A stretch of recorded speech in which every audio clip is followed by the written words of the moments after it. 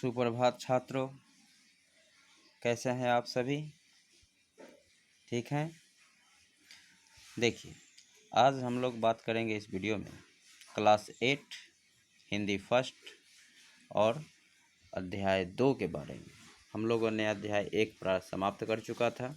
अध्याय 1 में हम लोगों को एक कविता पढ़ना था जिसका नाम था इतने ऊंचे उठो। आज हम लोग को पढ़ना है एक कहानी, ठीक है, जिसका शीर्षक है परीक्षा। जिसका शीर्षक क्या है? परीक्षा। तो बड़े ही ध्यानपूर्वक देखिएगा, ठीक है। देखिए, पठन पूर्व बोध दिया है, मतलब इस पाठ को पढ़ने से पहले हम लोग कुछ यह जान लें कि आखिर इस पाठ से हमें क्या क्या सीख मिलती है और यह पाठ हमें क्या बताना चाह रहा है। देखिए, जीवन के हर मोड़ पर हमें किसी न किसी परीक्षा से होकर गुजरना पड़ता है। परीक्षा से तो आप लोग परिचित हैं ही, ठीक है। बच्चे विद्यालयों में परीक्षा देते हैं, युवा प्रतियोगी परीक्षा देते हैं कंपटीशन का, और आम नागरिक भी दिन प्रतिदिन किसी न किसी परीक्षा से गुजरता है। जो व्यक्ति अपनी बुद्धि, बल आदि का प्रयोग करते हुए दया, परोपकार आदि मनोभावों से युक्त होकर सर्वोत्तम निर्णय लेता है, वह विजेता कहलाता है। बहुत आसान है, इसमें कोई ऐसा कठिन शब्द नहीं है, कठिन वाक्य के रूप में भी नहीं है, ठीक है। परीक्षा से संबंधित है। देखिए, भावबोध, इस पाठ का भाव क्या है? प्रस्तुत कहानी के मुख्य पात्र सरदार सुजान सिंह, ध्यान से समझते जाइएगा। जितना ही पात्र का नाम आपको याद आएगा समझ लीजिएगा, तो आगे अध्याय में मन लगेगा। प्रस्तुत कहानी के मुख्य पात्र सरदार सुजान सिंह नए दीवान पद के चुनाव के लिए, एक पद का नाम है दीवान, एक नए दीवान पद के चुनाव के लिए एक ऐसे कर्तव्यपरायण व्यक्ति की खोज करते हैं। कर्तव्यपरायण मतलब जो एकदम ईमानदारी से अपने कर्मों को करे, जिसके हृदय में साहस, आत्मबल और उदारता हो, मतलब वह एकदम निडर हो, अपने आप पर उसको विश्वास हो और उसका हृदय भी विशाल हो, बड़ा हो, जो निर्धनों की सहायता करने में अग्रिम रहे, मतलब आगे रहे। उपयुक्त पद के लिए अपने भाग्य को दूर दूर से आजमाने आए लोगों में से एक व्यक्ति सुजान सिंह सभी कसौटियों पर खरा उतरता है। मतलब जिस पद के लिए यह परीक्षा थी, जो जो उसकी अहर्ताएँ थी, आवश्यकताएं थी, अनिवार्यता थी, उन सभी कसौटियों पर सुजान सिंह खड़े उतरते हैं। अंततः प्रजा का सच्चा पालक बनने का गुण लिए वह सबका मन मोह लेता है। कौन? सुजान सिंह। यहाँ तक क्लियर है? आगे बढ़ते हैं। अब देखिए, अभी पाठ प्रारंभ नहीं हुआ है, ध्यान दीजिए।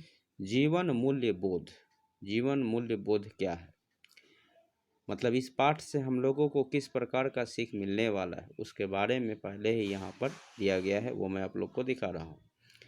निर्धनों मतलब गरीब, पीड़ितों, किसी के द्वारा सताए गए तथा संकट में, मुसीबत में पड़े हुए व्यक्तियों की सहायता के लिए हमेशा तत्पर रहना, मतलब आगे रहना। साहस, आत्मबल, उदारता, सहृदयता, मतलब अपने हृदय से, अपने मन से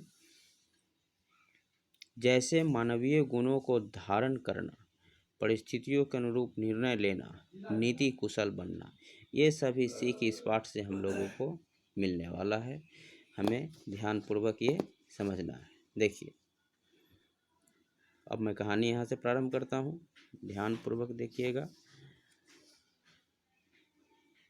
जब रियासत देवगढ़ के दीवान सरदार सुजान सिंह बूढ़े हुए, कहाँ के वो दीवान थे? देवगढ़ के। सरदार सुजान सिंह बूढ़े हुए तो उन्हें परमात्मा की याद आई।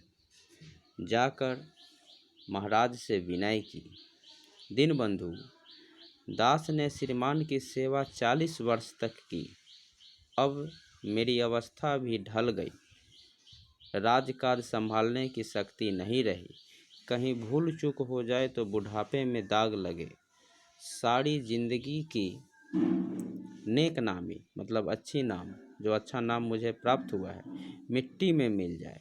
मतलब कि अगर बुढ़ापे में कुछ गलती हो जाएगा, कुछ दाग लग जाएगा, तो जितने भी मैंने प्रतिष्ठा प्राप्त की है वह सभी मिट्टी में मिल जाएगी। ठीक है। तो राजा साहब अपने अनुभवशील नीति कुशल दीवान का बड़ा आदर करते थे। बहुत समझाया, लेकिन जब दीवान साहब ने न माना तो हार कर उनकी प्रार्थना स्वीकार कर ली, पर शर्त यह रख दी कि रियासत के लिए नया दीवान आप ही को खोजना पड़ेगा। ठीक है, रियासत के लिए आप दीवान को खोज कर लाइए और मैं आपको स्वतंत्र कर दूंगा। दूसरे दिन देश के प्रसिद्ध पत्रों में यह विज्ञापन निकला कि देवगढ़ के लिए एक सुयोग्य दीवान की जरूरत है। जो सज्जन अपने को इस पद के योग्य समझे वह वर्तमान दीवान सरदार सुजान सिंह की सेवा में उपस्थित हो। यह जरूरी नहीं है कि वह ग्रेजुएट स्नातक हो, मगर हष्ट पुष्ट होना आवश्यक है। हिष्ट पुष्ट होना मतलब शारीरिक रूप से पूरा ही स्वस्थ रहना। मंदाग्नि के मरीज को यहाँ तक कष्ट उठाने की कोई ज़रूरत नहीं। ठीक है, मंदाग्नि का अर्थ समझ लीजिए। मंदाग्नि मतलब जो पेट से संबंधित किसी प्रकार की कोई अगर बीमारी है, वो मरीज यहाँ तक नहीं आए। 1 महीने तक उम्मीदवारों के रहन सहन आचार विचार को देखभाल की जाएगी। मतलब 1 महीने तक उम्मीदवारों के रहन सहन, उनका रहन सहन कैसा है, आचार विचार मतलब उनका आचरण कैसा है, की देखभाल की जाएगी। विद्या का कम परंतु कर्तव्य का अधिक विचार किया जाएगा। मतलब वो विद्वान कम भी होगा तो कोई बात नहीं, परंतु कर्तव्य का अधिक विचार किया जाएगा। जो महाशय इस परीक्षा में खड़े उतरेंगे वे इस उच्च पद पर सुशोभित होंगे। ठीक है, तो हम लोगों ने, चूँकि यह अध्याय कुछ बहुत बृहत रूप से है, बड़ा है, हम लोग अभी प्रारंभ किए हैं एक दूसरा अध्याय परीक्षा।